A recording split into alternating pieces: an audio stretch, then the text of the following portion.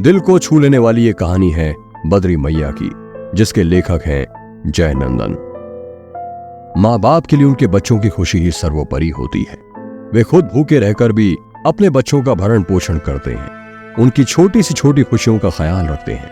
वास्तव में माता पिता ही ऐसे इंसान होते हैं जो जीवन के प्रत्येक क्षण हमारा समर्थन करते हैं और हमें जीवन में आगे बढ़ने के लिए सही मार्गदर्शन करते हैं। माता पिता के अलावा कोई भी ऐसा व्यक्ति नहीं होता जो बिना किसी स्वार्थ या शर्त के हमारा देखभाल करे तथा सही मार्गदर्शन करे।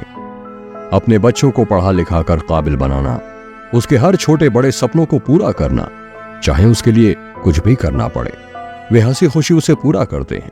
अपने बच्चों की सफलता के लिए वे सारी मुश्किलों को भी सहर्ष स्वीकार कर लेते हैं। जब माँ बाप बच्चों के लिए अपना पूरा जीवन समर्पित करने को तत्पर होते हैं, तो वहीं बच्चों का भी फर्ज बनता है कि वे भी अपने सफल जीवन में माँ बाप को सम्मिलित करके आगे बढ़ें, उनका जीवन भर आदर सत्कार करें, देवी देवता की तरह उनको पूजें, क्योंकि भगवान के बाद माँ बाप ही हमारे गुरु होते हैं। हमें सफलता उन्हीं के ही आशीर्वादों से मिलती है। लेकिन आजकल के बच्चे ऐसे कहाँ होते हैं। वे तो अपना दाम्पत्य जीवन सुखमय बनाने के लिए माँ बाप को ही त्याग देते हैं। ऐसी ही कहानी है 60 साल की बद्री मैया की।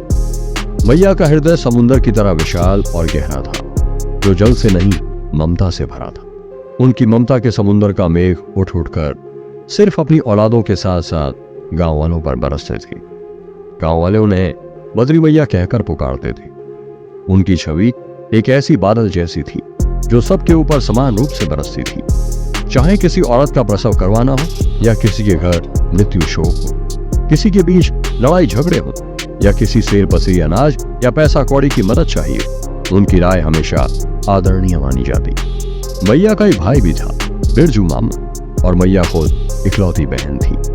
दोनों एक दूसरे पर जान छिड़कते थे। बद्री मैया का कुम्हलाया हुआ चेहरा बिरजू मामू से देखा नहीं जाता है और वो मैया को अपने साथ चलने को बोलते हैं। बिरजू मामू कहते हैं कि यहाँ खेत पथरी को बटाई लगा दे, मैं अपना सारा सुख तुझे दे दूंगा और तुम अपना सारा दुख मुझे दे देना। मेरे रहते तुमको कोई तकलीफ हो ये मैं सहन नहीं कर सकता। लेकिन बद्री मैया की आंखें नम हो जाती हैं। आखिर ऐसा कौन सा दुख था जिसकी आग में बद्री मैया जल रही थी? क्यों बिरजू मामू मैया को अपने साथ चलने की जिद करते हैं? क्या सबके दुखों को हरने वाली बद्री मैया अपने जीवन में कभी खुशियों की झलक पाएगी?